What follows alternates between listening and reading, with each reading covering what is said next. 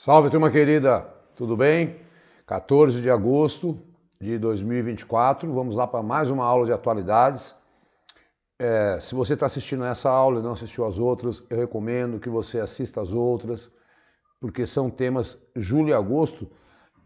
Está me dando muito trabalho para organizar as aulas, exatamente porque são temas muito importantes. Agradecer a sua atenção, a sua participação, dá uma curtida, dá um like, se vincula ao canal do Vencendo Concursos, que é o curso que mais cresce no Brasil. Afinal de contas, qual o curso que te oferece uma aula gratuita de atualidades semanal, aí discutindo os principais temas nacionais e internacionais. Então, semana de 7 a 14 de agosto, hoje, quarta-feira, mais uma vez, 18 horas, onde eu sempre termino a minha semana com esses fatos, tá? Aproveitando também para deixar aí o convite a você, se você quiser conhecer o meu trabalho com questões comentadas, questões inéditas que eu formulo para provas de atualidades em nível municipal, estadual e nacional, basta mandar uma mensagem para o meu WhatsApp, que eu tenho aí uma série de livros, né, com períodos.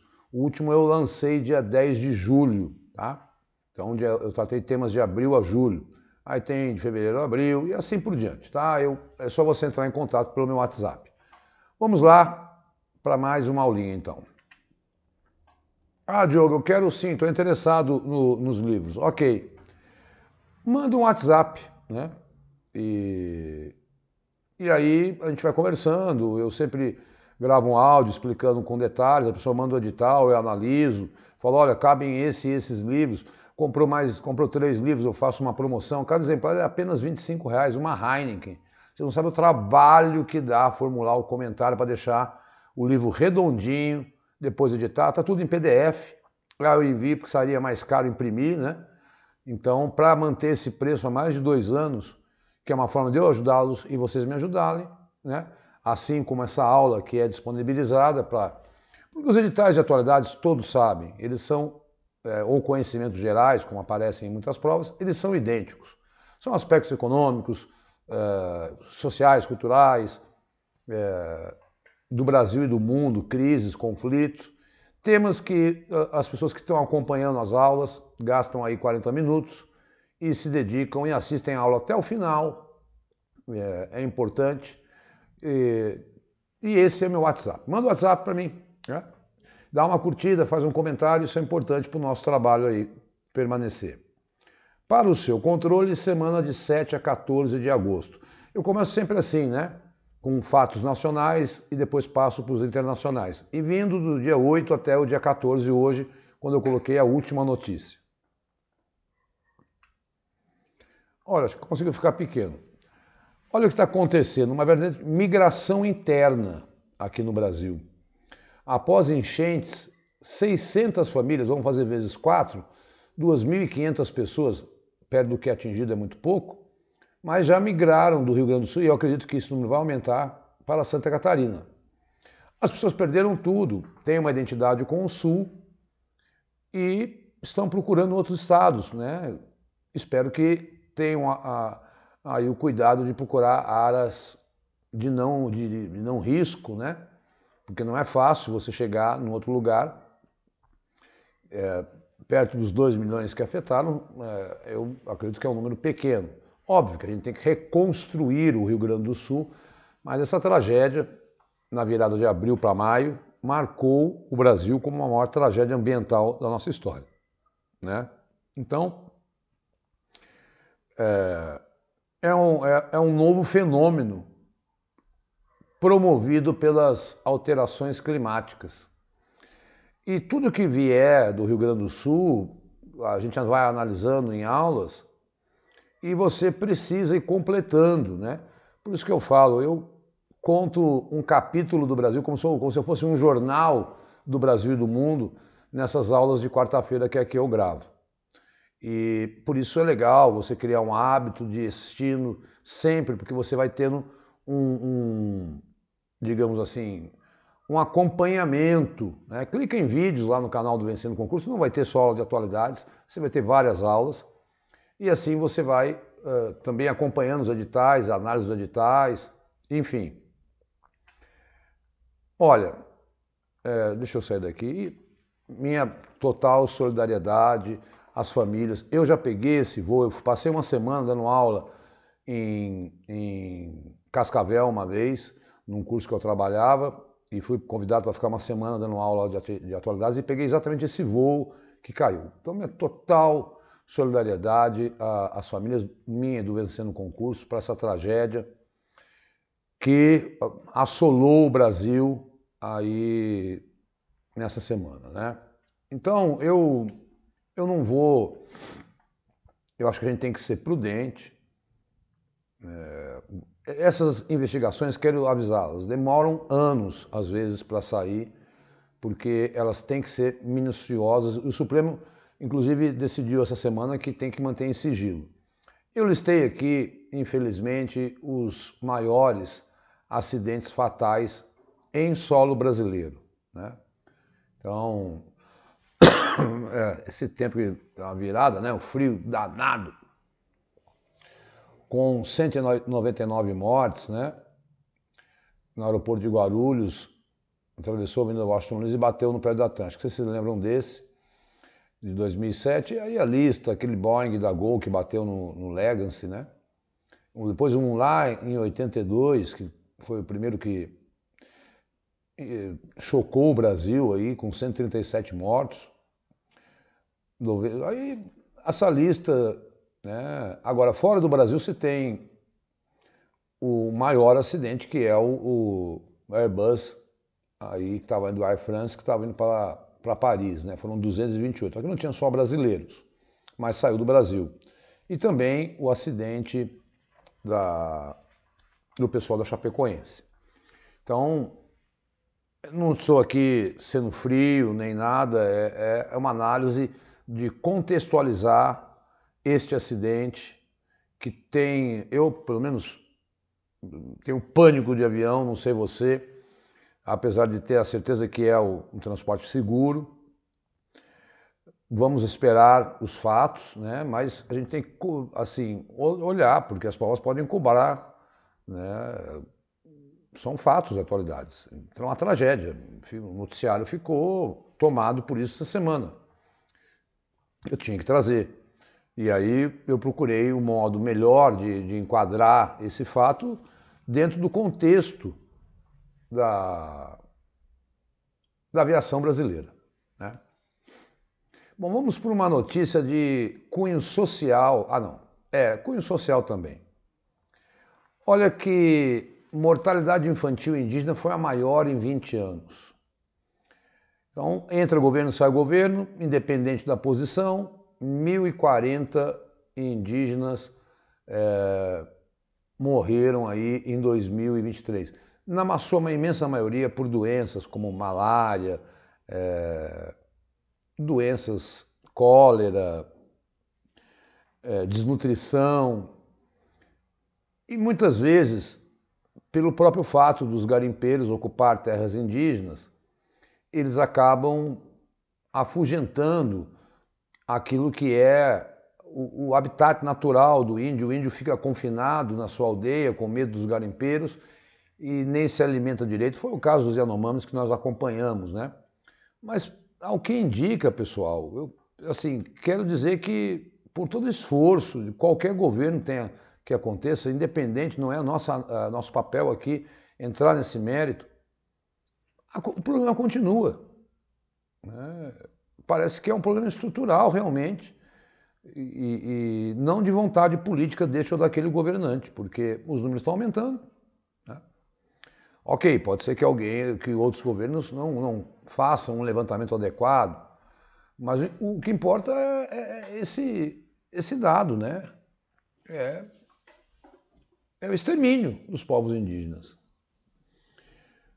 É isso, muitas vezes eu aqui fico falando sobre feminicídio, racismo, é porque esse tema dos vulneráveis, das minorias, está muito presente em provas. Eu alerto você para temas de redação, temas ligados à prova de português, interpretação de texto, que você tenha esse arcabouço de conhecimento preparado em direitos humanos. conheça uma legislação, isso já é parte do direito, para que você possa ir para uma prova e não ser surpreendido com esses temas, né? Então, tá aí mais um dado e continuo analisando a questão social. Pessoal, vou tomar um gole de água aqui porque tô com vontade de tossir. Isso é terrível, né? 15 mil crianças e jovens foram assassinados no Brasil em 3 anos. Adolescente negro tem 4,4 vezes mais chance de ser morto do que branco. Foram quase 14 mortes por dia, em média, em 2023. Meu Deus do céu! Né? Isso eu estou falando de adolescente. E esse estudo não é qualquer estudo, é estudo da Unicef e do Fórum Brasileiro de Segurança Pública, que recupera dados de todas as secretarias de segurança.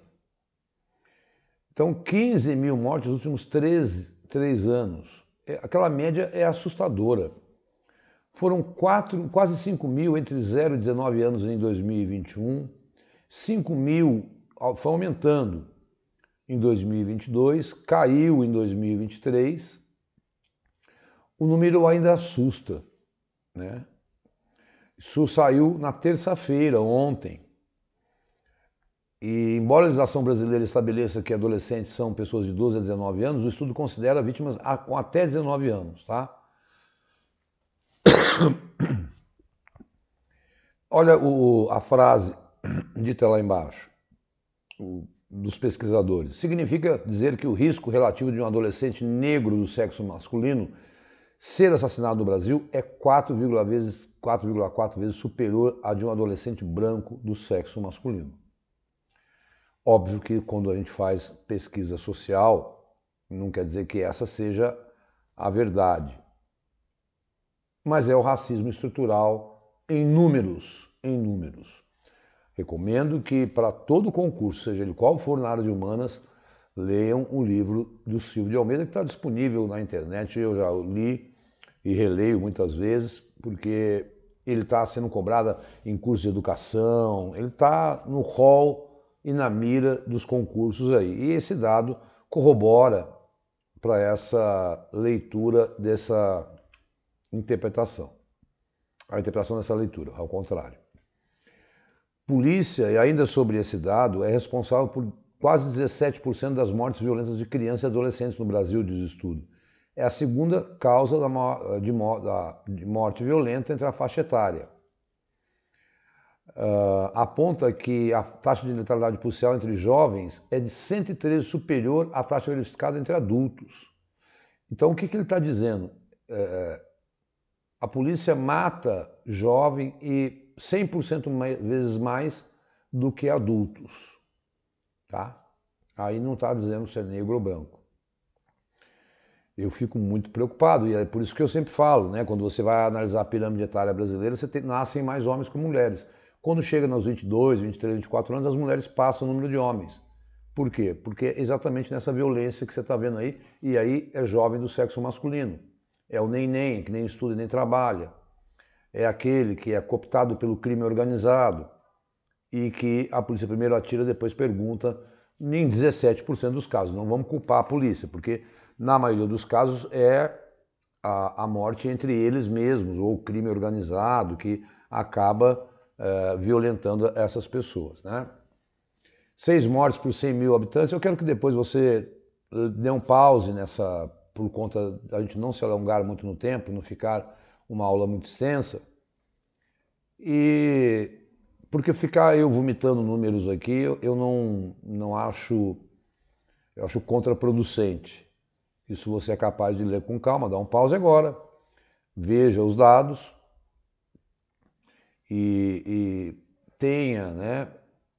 Veja, homicídio doloso é 77% das mortes no ano passado. Então, aí já é a violência entre os crimes organizados, as milícias, enfim. Né? Não estou culpando a polícia. É só um dado, porque é preciso ter saber aí qual é o papel da polícia na repressão ou, às vezes, se defendendo, muitas vezes se defendendo do ataque desses jovens. Na transição que eu faço para as aulas de internacionais, eu entro aqui com as rapidinhas. A embaixadora da Nicarágua, lembram que eu contei que o embaixador da Nicarágua o embaixador do Brasil na Nicarágua foi expulso, né? Por isso assisti a aula passada. E o Brasil retribuiu com a mesma medida, expulsou Fulvia Castro. Quando ela chega lá no governo de Daniel Ortega, que é um ditador da Nicarágua, ela foi nomeada ministra, tá? Para vocês terem uma ideia de como ela estava ligada ao governo de Daniel Ortega, um ditador de um país pobre que é muito violento na América Central. Novela da Venezuela, né? Um impasse ainda prevalecendo sobre essas eleições. Nós vamos ter que aguardar, porque o Maduro, você entende, o Maduro tem mais 6 meses de governo. Ele continua como presidente até janeiro. Então, a oposição continua negando, enfim.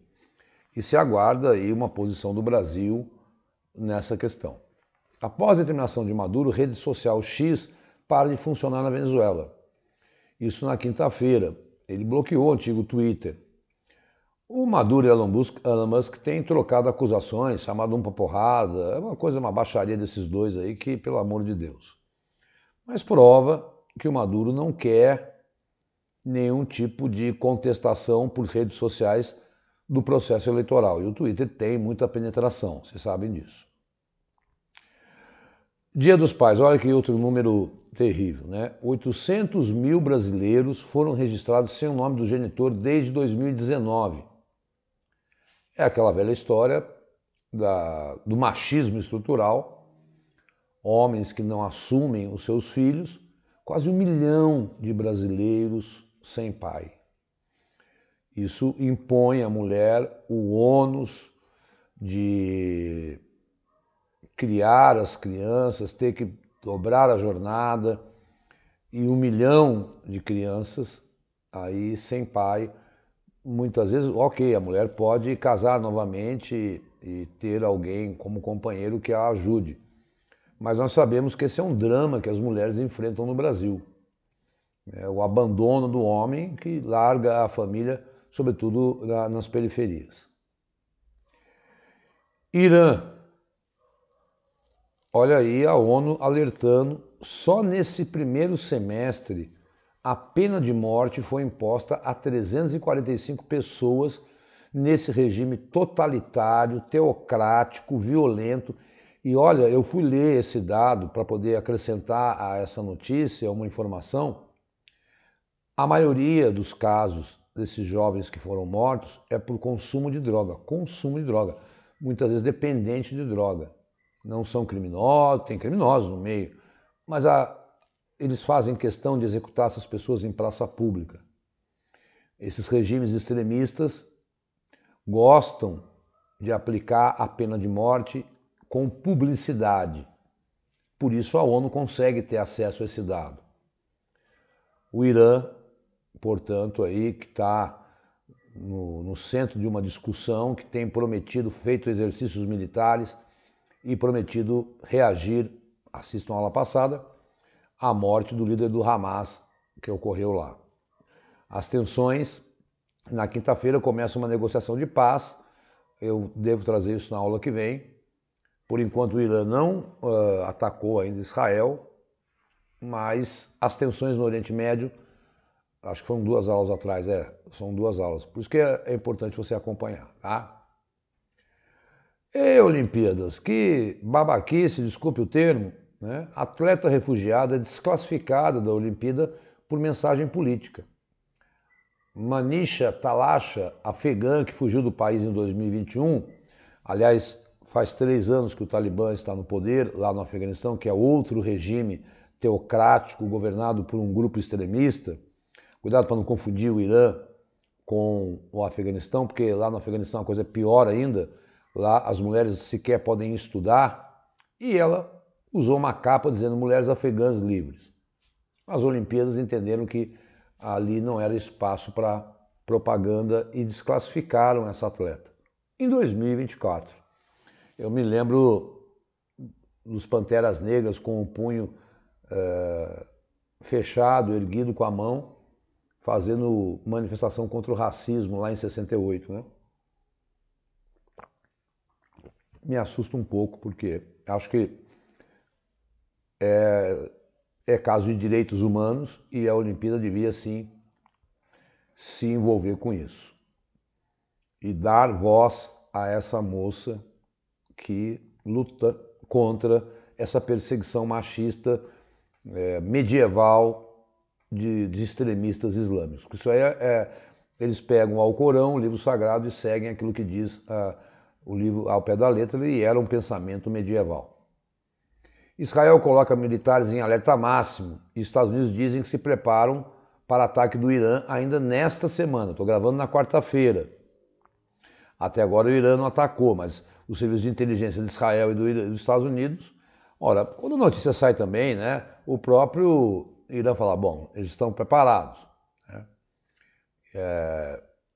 Eu quero acreditar que as negociações de paz que se iniciam na quinta-feira, amanhã, possam minimizar e não escalar o conflito no Oriente Médio.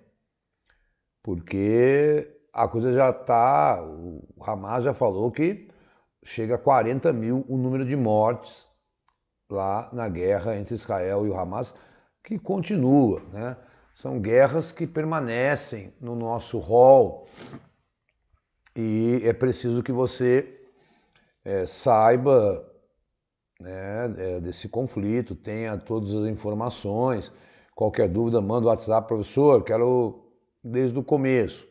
A gente conversa, aí se você tiver alguma dúvida, tá? Mas são capítulos de uma guerra que só o minimizam. Pra você ter uma ideia, nós tivemos um cessar-fogo em abril desse ano. Desde então, a guerra só tem números piores.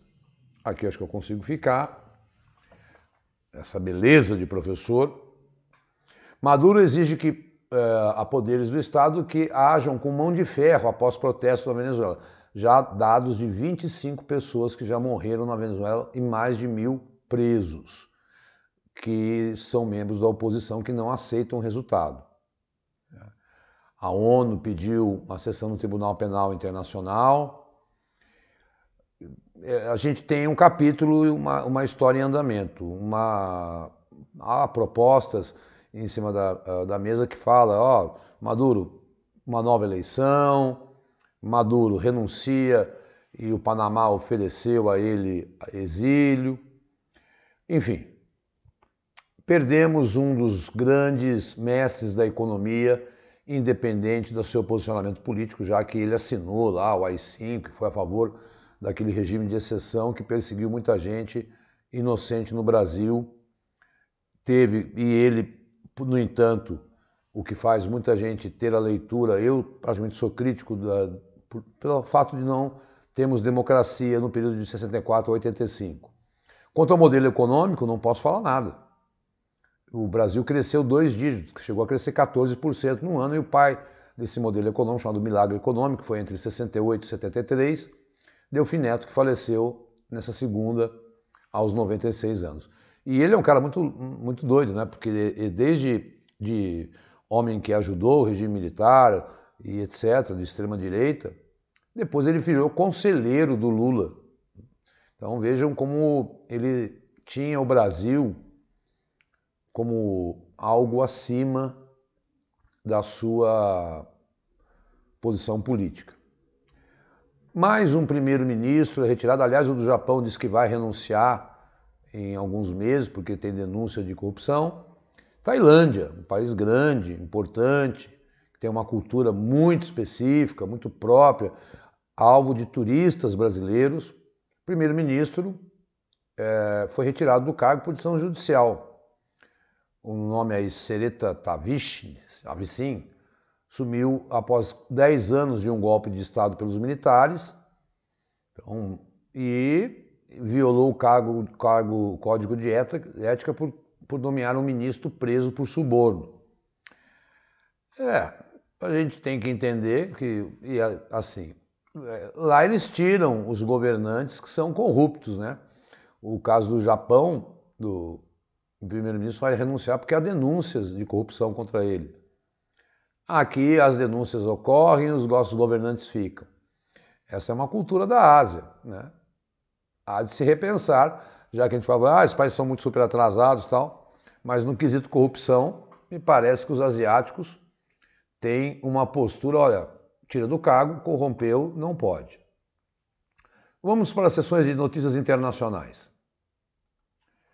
Opa! Desculpa, pessoal, pensei que eu tinha falado disso na aula passada, né? Isso, na verdade, aconteceu... eu coloquei aquela notícia sobre Vamos entender, eu explico direito. Nicarágua decide expulsar embaixador brasileiro após atritos entre Lula e Ortega. Diplomata não compareceu à data comemorativa e irritou o regime. E o Brasil já trouxe as consequências que eu já falei. Eu falei, a notícia está vindo agora, mas eu já contei um resultado dela, né? Então, o que aconteceu? Por que ela expulsou o embaixador brasileiro, né? O que está pegando? O governo brasileiro pediu a soltura do bispo Rolando José Álvares, que ficou detido por mais de 500 dias e acabou expulso do país em janeiro. O ditador ignorou o Lula e nem sequer respondeu a um telefonema. Pois bem, o fato é que teria aí uma comemoração pela tomada de poder por Ortega e o embaixador brasileiro não foi, porque o Lula pediu para o Ortega libertar o bispo. Como o embaixador brasileiro não compareceu, o Daniel Ortega, presidente da Nicarágua, expulsou o embaixador brasileiro de lá. Imediatamente, como eu já falei, o Brasil também expulsou a embaixadora da Nicarágua aqui e ela já assumiu o cargo de ministra lá. Ora, Nicarágua, posso dizer uma coisa? Quem tem a perder é você. Né? Eu sei que não tem nenhum nicaragüense assistindo essa minha aula, mas, meu Deus, uma ditadura pobre, romper relações diplomáticas com a maior economia da América Latina, é ela que não está construindo identidade e perseguindo qualquer opositor ao seu regime ditatorial de Daniel Ortega. Temos sim ditadura na Venezuela, temos sim ditadura, um cara que mudou em El Salvador, mudou a Constituição, pode ser reeleito. Temos sim ditadura na Nicarágua. Importante conhecer, porque as provas gostam que você tenha a leitura de a quantas anda a nossa América Latina e como é que anda a política aqui, já que o Brasil tem um protagonismo. Rumou uma confusão gratuita, né? Não sequer respondeu ao presidente Lula.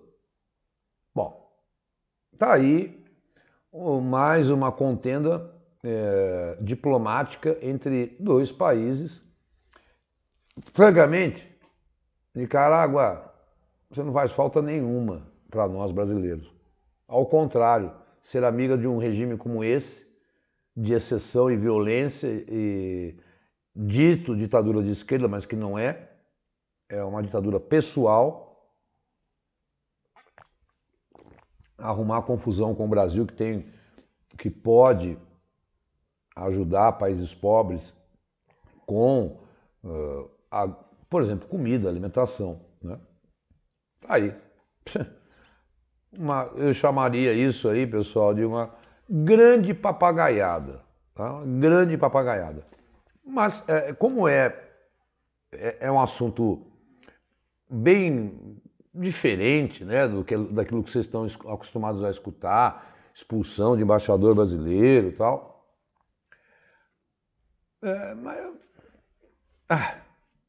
Cada uma, né? Em meio a essa aqui já é uma análise macroeconômica e que é uma tendência. E eu tenho falado de dois países.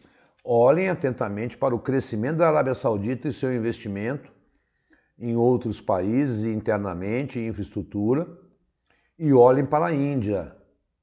A Índia é um país de muita desigualdade social, mas está crescendo mais que a China, está crescendo absurdamente, o dobro da China, o dobro mais um pouco.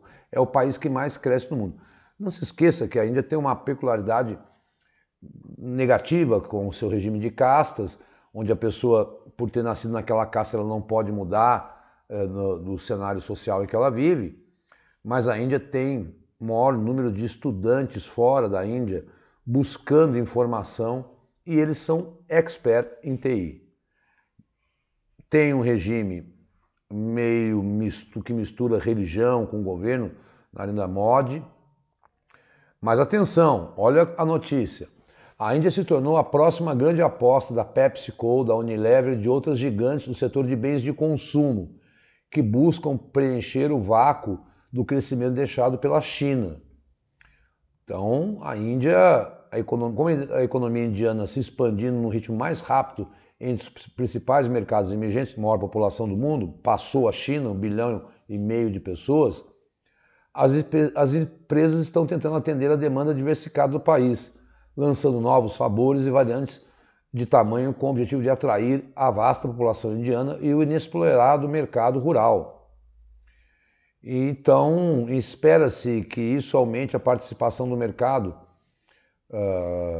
de mercado combinada das 5 principais empresas multinacionais, Coca-Cola, P&G, PepsiCo, Unilever e Reckitt, né, para 20% em 2023, ou seja, mais de 1%. Agora, 1% na Índia é muito, tá? Então, eu gosto também de, nas minhas aulas de atualidades, colocá-los diante do cenário futuro e que é uma perspectiva que as provas gostam também, desta análise macrogeopolítica. Qual é a tendência do mundo?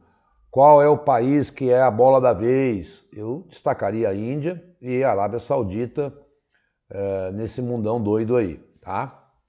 Então, encare este texto como um texto de tendência para o futuro. Pode acontecer uma queda de Estado, um golpe de Estado, isso tudo não acontecer. Pode a economia chinesa no ano que vem ter um problema e retrair. Por isso a gente fala, é uma tendência. Essas tendências dificilmente se revertem, porque ele acabou de ser reeleito presidente lá da Índia, mas é um governo muito complicado. Ele não respeita muito a Constituição na Índia, não, o Narendra Modi. Gente, a Inglaterra está tendo uma série de protestos por conta de desinformação pela internet. Daí a minha raiva com essa coisa dos fake news. O que aconteceu? Os protestos eclodiram em todo o país, todo o Reino Unido, depois que postagens online identificaram falsamente suspeito de ter matado 3 jovens em um ataque à faca no dia 29 de julho, portanto há 15 dias, como um migrante islâmico. Era mentira. Extremistas de direita, então, passaram a uma onda de protestos que levou a 500 pessoas presas dentro da Inglaterra. Então, e aí o que aconteceu? O rei Charles, na sexta-feira, pediu respeito mútuo e compreensão após protestos racistas contra muçulmanos e imigrantes no Reino Unido, disse um porta-voz nessa sexta-feira. Essa foi a primeira manifestação do monarca desde o início dos protestos da direita radical na semana passada. O rei agradeceu à polícia e o que aconteceu? Veio, no final de semana último, manifestação contra essa direita radical. Eu tenho dito que esta luta entre a direita extrema na Europa não é só no Brasil, não é só nas papagaiadas da campanha eleitoral que você vê pela internet nas cidades brasileiras, em especial aqui em São Paulo, os ataques, tal, não vejo propostas, isso empobrece muito o discurso, mas também lá na Inglaterra, né? E aí essa história. Vamos entender que na Inglaterra existe sim uma quantidade de pessoas que exatamente não quer imigrantes e por isso fizeram o Brexit, saíram da União Europeia. Mas isso custou caro para a economia inglesa, tanto que ela tem trocado de primeiros-ministros constantemente, porque a economia não vai nada bem. Então, um recado a essa extrema radical, a essa direita radical. Cuidado, vocês radicalizaram, saíram da União Europeia, comprometeram a economia e acreditaram numa fake news e foram perseguir aí islâmicos em seu país. Um vexame também. Gente, a última notícia que eu vi agora, parece que a coisa está controlada, mas na segunda-feira estava um descontrole.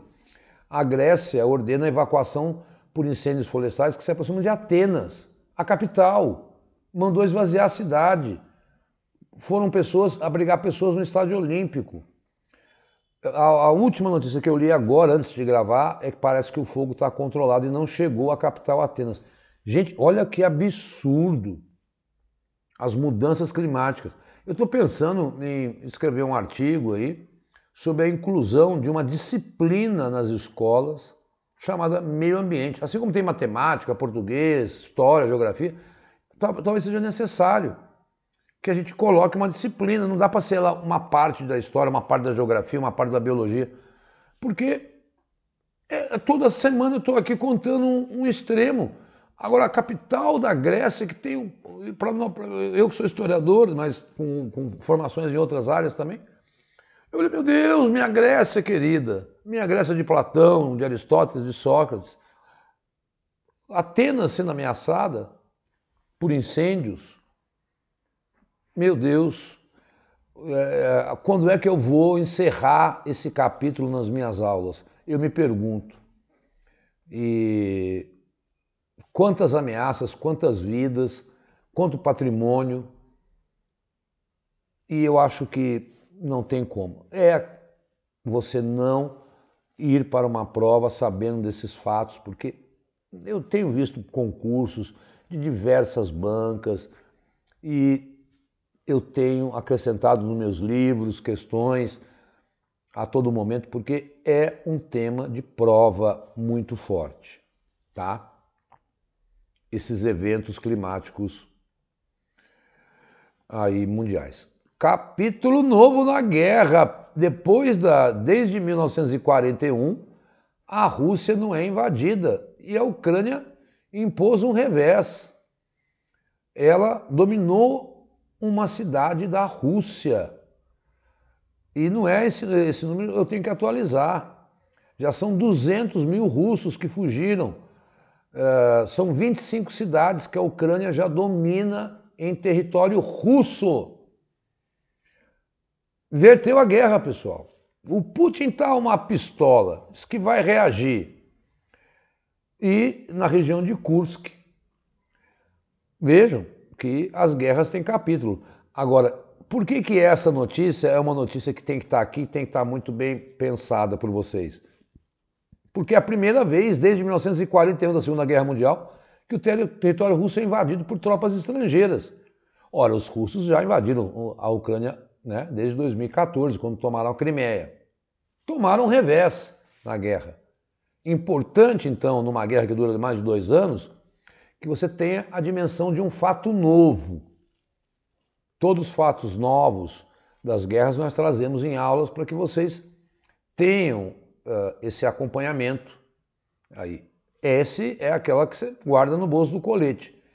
Em agosto de 2024, a Ucrânia invadiu 25 cidades, arrancou a bandeira, botou a bandeira da Ucrânia, da Rússia. Kursk. Bom, guerra também não vai dizer, não vamos imaginar que pronto, a Ucrânia vai ficar lá. Eu não sei. Né? O fato é que invadiu. Pronto, acabou. Tá? Se vai conseguir permanecer, não sabemos. Aí, então, eu sempre falo, atualidades é aquilo que a gente olha naquele momento, naquela lupa que nós estamos aqui olhando. Por isso eu pego fatos que eu acho que são marcantes nesse período para você entender que, olha, isso aqui eles podem pedir. Mesmo que depois a Rússia retome o território, houve um momento na guerra onde a Ucrânia esteve em território russo. É nesse sentido, tá? Vamos aí para a última notícia. OMS, Mpox, que é a varíola dos macacos, volta a ser uma emergência sanitária, diz OMS. Tudo isso porque lá no centro-africano, na República Democrática do Congo, somente esse ano 14 mil casos, 450 mortes. A varíola dos macacos é um vírus transmitido por animais, não só pelo macaco, mas pelo porco e tal. E essa varíola, ela não é tão violenta como as outras, mas ela pode levar à morte. O problema é que ela leva à cegueira e ela mexe com o sistema nervoso central, afetando o cérebro. Ora, essa situação de emergência sanitária global faz desde a Covid que a OMS não alerta para esse problema. Eu converso muito com professores de outras áreas, biólogos, geógrafos, e é unânime, principalmente o pessoal das ciências biológicas, e eles têm estudos científicos, que o mundo vive na iminência de ocorrências de outras pandemias. A emergência sanitária não é uma pandemia, há uma graduação, né? O que é surto, o que é epidemia, o que é uma pandemia. Não estamos nesse caso. Mas já apareceu um caso na Suécia, né? E é uma doença que não há vacina. E ela leva ao óbito, né? De 14.450 mortes. Então é um número bastante preocupante. E é assim que começa. Uma doença lá na África e se espalha para o mundo todo. Turma, então aqui, como eu comecei a aula, eu encerro só para mostrar a vocês. O livro 16 trata de temas de outubro a dezembro, o 17 de dezembro a fevereiro, o 18 de fevereiro a abril. Então você tem o 17, o 18 e o 19, que vai de abril até agora 10 de julho, faz um mês que eu lancei. Todas as questões comentadas, Brasil e mundo. Quem tiver interesse em adquirir esse material inédito, que são verdadeiras apostilas de atualidades, é só mandar um WhatsApp, conversa comigo, é um material que você tem, assim, não tem no mercado, é meu, o Vencendo Concursos me autoriza a divulgar esse material aqui, então é o meu ganha-pão e eu garanto que eu faço com muito carinho e tem ajudado muita gente. Então é só mandar aí um WhatsApp para mim e a gente vai conversando, a gente faz promoção e tal, e esse é o nosso trabalho, tá? Deixo por fim aqui, deixa eu ficar pequenininho, os endereços do Vencendo Concursos e me despeço. Deixa eu voltar nos endereços do Vencendo, né? Meu curso querido que me acolhe há mais de 2 anos e que eu tenho uma honra em fazer parte do hall dos professores desse curso. Sigam o Vencendo no YouTube, converse com o Cristiano, conheçam os cursos. Não quero me alongar mais, muito obrigado. Dia 21 eu volto para mais uma aula densa como essa, importante para a sua preparação. Tchau, tchau, pessoal. Obrigado, hein?